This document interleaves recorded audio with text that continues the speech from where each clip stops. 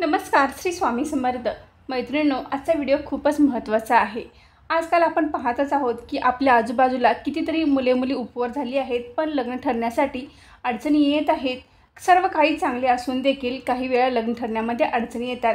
आजकालच्या मुलामुलींच्या अपेक्षा वाढल्या असल्या तरी देखील लग्न न ठरण्यासाठी काही महत्त्वाच्या गोष्टी देखील कारणीभूत आहेत.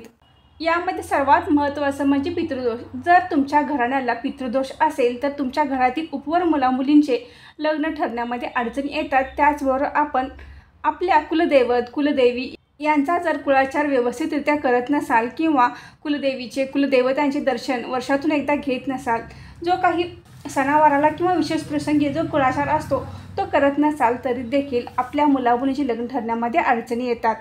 त्याचप्रमाणे आपल्या घरामध्ये श्री स्वामी समर्थ महाराज, गजानन महाराज, साईबाबा, तुम्ही ज्यांना गुरु मानता अशा आपल्या गुरूंचे स्थान देखील आपल्या घरामध्ये असणे आवश्यक आहे. त्यांचा आशीर्वाद देखील आपल्या घरावर असणे आवश्यक असते.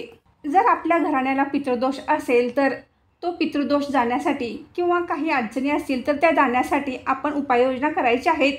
त्याचप्रमाणे आपल्या कुलदेवतांचा वेळोवेळी कुळाचार करणे आवश्यक आहे.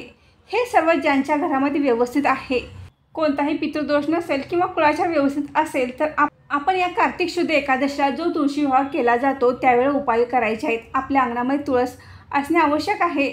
पण काही कारणास्तव तुमच्या अंगणामध्ये तुळस नसेल, तुमच्याकडे तुळशीची लग्न लावली जात नसतील तरी देखील तुम्ही इतरांचे तुळशीचे लग्न लावले जाते किंवा एखाद्या मंदिरात देखील तुळशीचे लग्न लावले जाते, तेथेही जाऊन तुम्ही हा उपाय करू शकता किंवा एखाद्या नातेवाईकांच्या घरी देखील हा उपाय तुम्ही करू शकता. कार्तिक शुद्ध एकादशीपासून कार्तिक पौर्णिमेपर्यंत घरोघरी तुळशीचे लग्न लावले जातात. आपल्या हिंदू धर्मामध्ये तुळस ही अतिशय पवित्र मानली जाते आणि तुळशीचे कार्तिक शुद्ध एकादशीपासून पौर्णिमेपर्यंत या 4 दिवसांच्या काळामध्ये कधीही आपल्या वेळेप्रमाणे आपण भगवान विष्णूंशी तुळशीचे लग्न लावतो. तर त्यावेळेला आपल्याला उपाय करायचा आहे. तुमच्या अंगणातील तुळशी लग्न तुम्ही ज्या दिवशी लावणार आहे त्या दिवशी हा उपाय केला तरी चालेल. उपाय कधी करायचा आणि कसा करायचा, तर आपण ज्या दिवशी आपल्या अंगणातील तुळशीचे लग्न लावतो उपस्थितांना आपण अक्षदा वाढतो. रीतसर मंगलाष्टका म्हणून आपण अक्षदा भगवान विष्णूंच्या म्हणजे बाळकृष्णाच्या मूर्तीवर आणि तुळशीवर अर्पण करत असतो. ज्या अक्षदा आपण तुळशीवर आणि बाळकृष्णाच्या मूर्तीवर अर्पण करत असतो तर त्या खाली पडल्या जातात. तुळशीचे लग्न समारंभ पार पडल्यानंतर आपण ज्या अक्षता खाली पडल्या आहेत त्या आपण गोळा करायच्या आहेत. उपवर मुलामुलींनी गोळा केले तर चालतील, आई वडिलांनी गोळा केले चालतील किंवा नातेवाईकांनी देखील ह्या अक्षता गोळा केल्या तरी चालतील. तर थोड्याशा म्हणजे मुठभर अक्षता आपण घ्यायच्या आहेत. कार्तिक एकादशीपासून कार्तिक पौर्णिमेपर्यंत या 4 दिवसाच्या कालावधीमध्ये आपण हा उपाय करायचा आहे.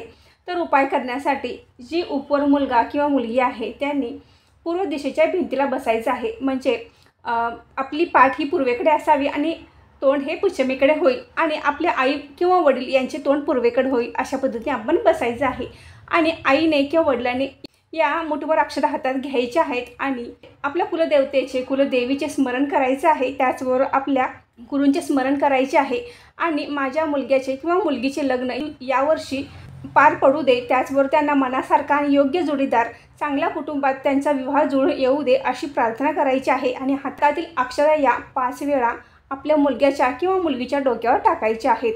एखाद्या नातेवाईकांनी हे अक्षरा गोळा करून ठेवल्या असल्या आणि आपल्याला या 4 दिवसामध्ये शक्य नसेल तर एखादा शुभ दिवस बघून आपण हा उपाय केला तरी देखील चालेल.